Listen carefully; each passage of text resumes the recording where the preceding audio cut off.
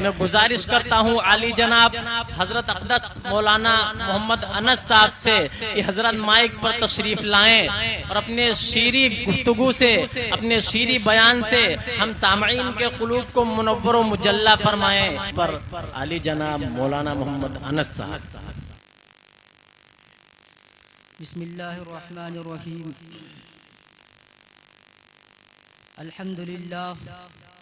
अल्हम्दुलिल्लाहि रब्बिल आलमीन वस्सलातु वस्सलामु अला सय्यिदिल अंबिया'i वल मुरसलीन।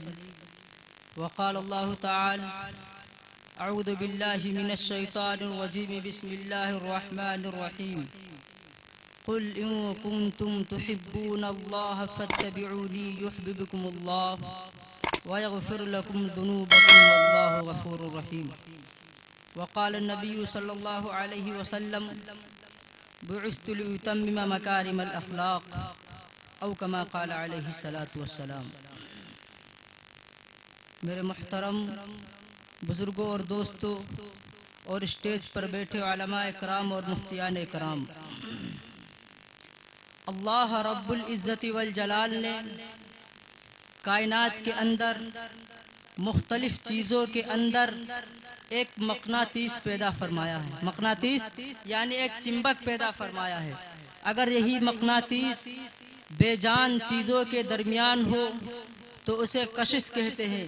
अगर यही मकनातीस दो जानदार चीज़ों के दरमियान में हो तो उसे मेलान और मोहब्बत कहते हैं। उसे मेलान और मोहब्बत कहते हैं। मेरे दोस्तों, कायनात के अंदर ना जाने कितने ऐसे लोग आए जिनको हम मानते हैं। जिस तरह से हातिम ताई को हम क्यों मानते हैं? इसलिए कि उसके अंदर सखावत की सिफत मौजूद थी। हम सकरात को मानते हैं, हम हकीम जालिनूस को मानते हैं। क्यों? इसलिए कि उनके अंदर कोई ना कोई सिफत मौजूद थी। लेकिन हम उस ज़ात अक़दस को क्यों न माने?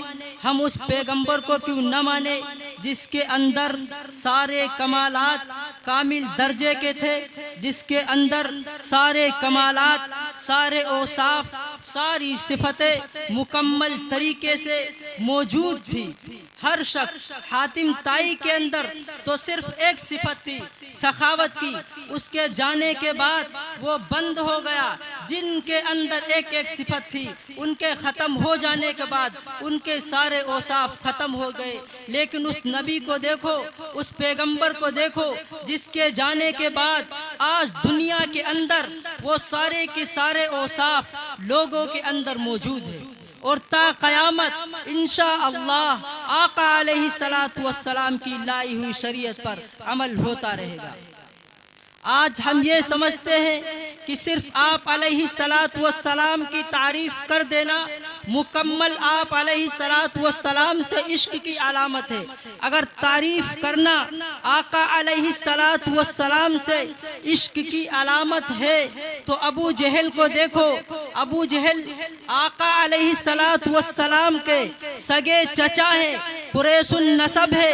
आप अलैहिस्सलातु वस्सलाम की बरादरी से ताल्लुक़ रखते हैं। आप अलैहिस्सलातु वस्सलाम की परवरिश करते हैं। आप अलैहिस्सलातु वस्सलाम को सीने से लगाते हैं। आप अलैहिस्सलातु वस्सलाम को दर दर हर जगह पे आप अलैहिस्सलातु वस्सलाम का साथ देते हैं। लेकिन उन्होंने नबी का कलमा नहीं पढ़ा, उन्होंने आका अलैहिस्सलातु वस्सलाम का कलमा नहीं पढ़ा, चुनांचे उनको जहन्नम के अंदर डाल दिया जाता है। इश्क उनके अंदर भी था। आका अलैहिस्सलातु वस्सलाम तारीफ वो भी करते थे आका अलैहिस्सलातु वस्सलाम की। अबू जहल क्या कहता था?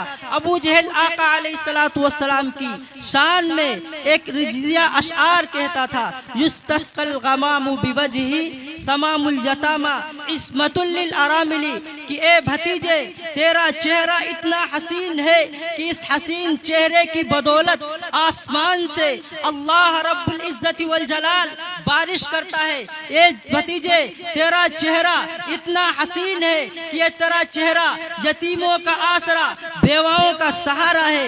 ए भतीजे तेरा चेहरा इतना हसीन है। लेकिन अबू जहल ने नबी का कलमा नहीं पढ़ा, चुनांचे उसको जहन्नम के ईंधन में डाल दिया जाता है। उसके बरखिलाफ दूसरे आदमी को देखो कि जो ना ही नबी पाक अलैहिस्सलातु वस्सलाम की शान में कोई शेर पढ़ता है, ना ही नबी पाक अलैहिस्सलातु वस्सलाम की शान में कोई तारीफ करता है, ना ही उनकी बरादरी से कोई ताल्लुक रखता है, ना ही कुरैशुन नसब है, लेकिन उन्होंने नबी का कहना माना, उन्हें नबी की सीरत पर अमल किया, तो अल्लाह रब्बुल इज्जति वल जलाल ने उनका मर्तबा इतना बुलंद किया, इतना बुलंद किया कि चलता तो मक्के की गलियों में है, उसकी पैरों की आहट जन्नत में सुनाई देती है।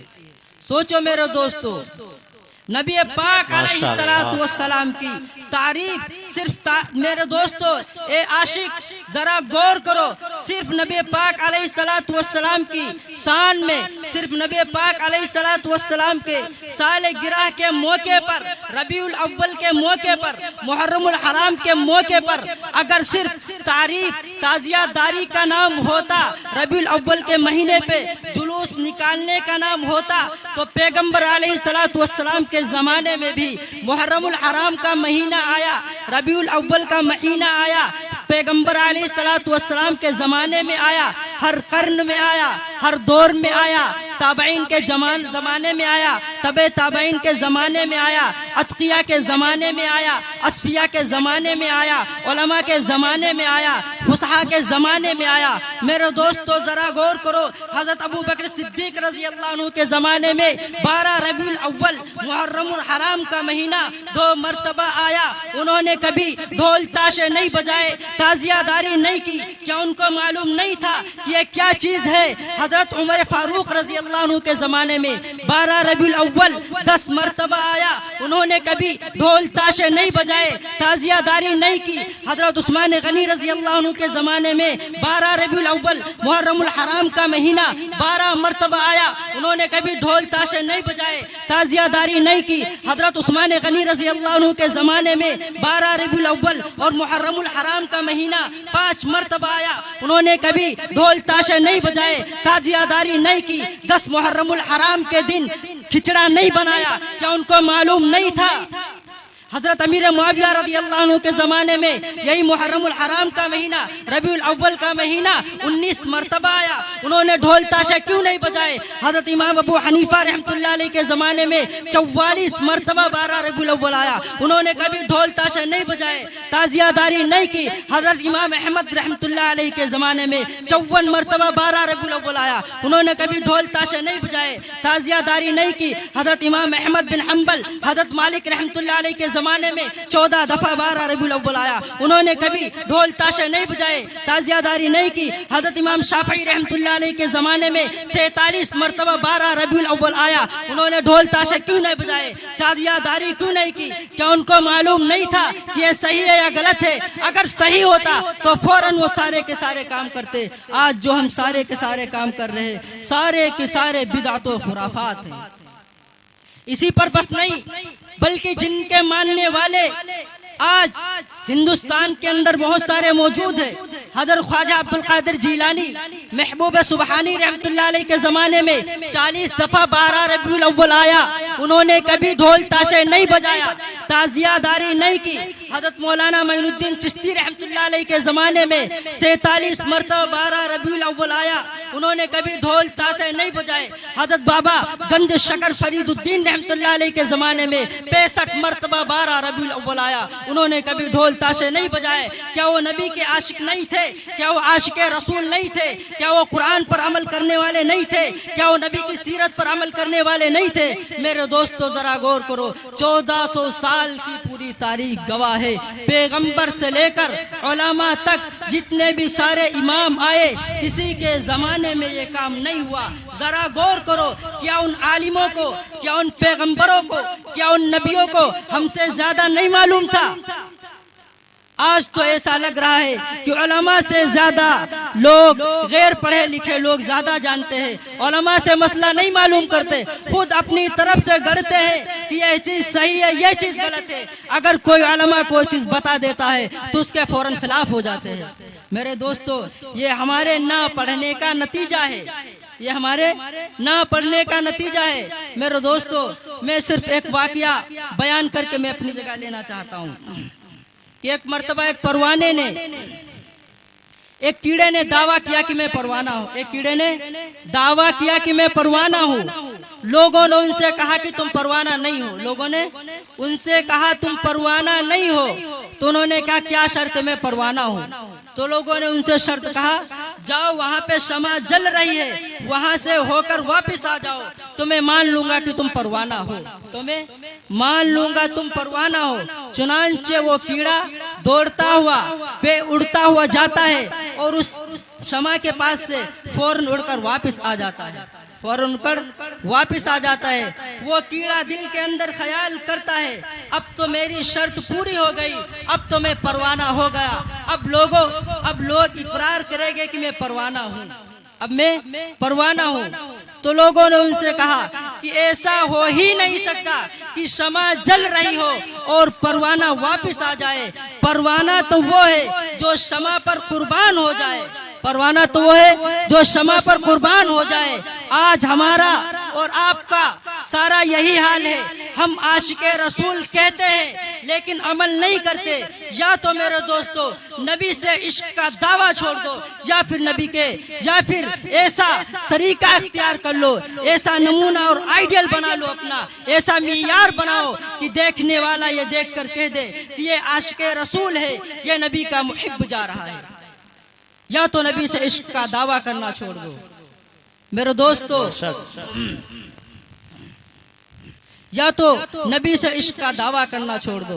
आज होता क्या है, ढोल ताशे बजाने वाले या हुसैन या हसन सब यही कहते हुए जाते हैं, नमाज एक टाइम की नहीं पढ़ेंगे, नमाज एक टाइम की नहीं पढ़ेंगे, बल्कि मगरिब के टाइम ही से शुरू कर देते। सोचो कि अल्लाह की कितनी बड़ी उन पर लानत और फटकार है कि एक तो नमाज की तौफीक भी नहीं मिली, अल्लाह तबारक व तआला अपने सामने सजदा करने की भी तौफीक नहीं दी, फिर ऐसे शैतानी कामों में लग गए कि नमाज भी छूट गई और पूरी रात तुम शैतानी काम करते रहे। इसलिए मेरे दोस्तों, अगर अपने आप को आशिक़े रसूल कहलाना है तो नबी का तरीका अख्तियार करो, 5 वक्ता नमाजें पढ़ो, कुरान पर अमल करो, नबी की लाई हुई शरीयत पर अमल करो। अल्लाह तबारक व तआला हम सबको सुनने से भी ज़्यादा अमल करने की तौफीक अता फरमाए। आमीन व आखिरु दावाना अल्हम्दुलिल्लाहि रब्बिल आलमीन।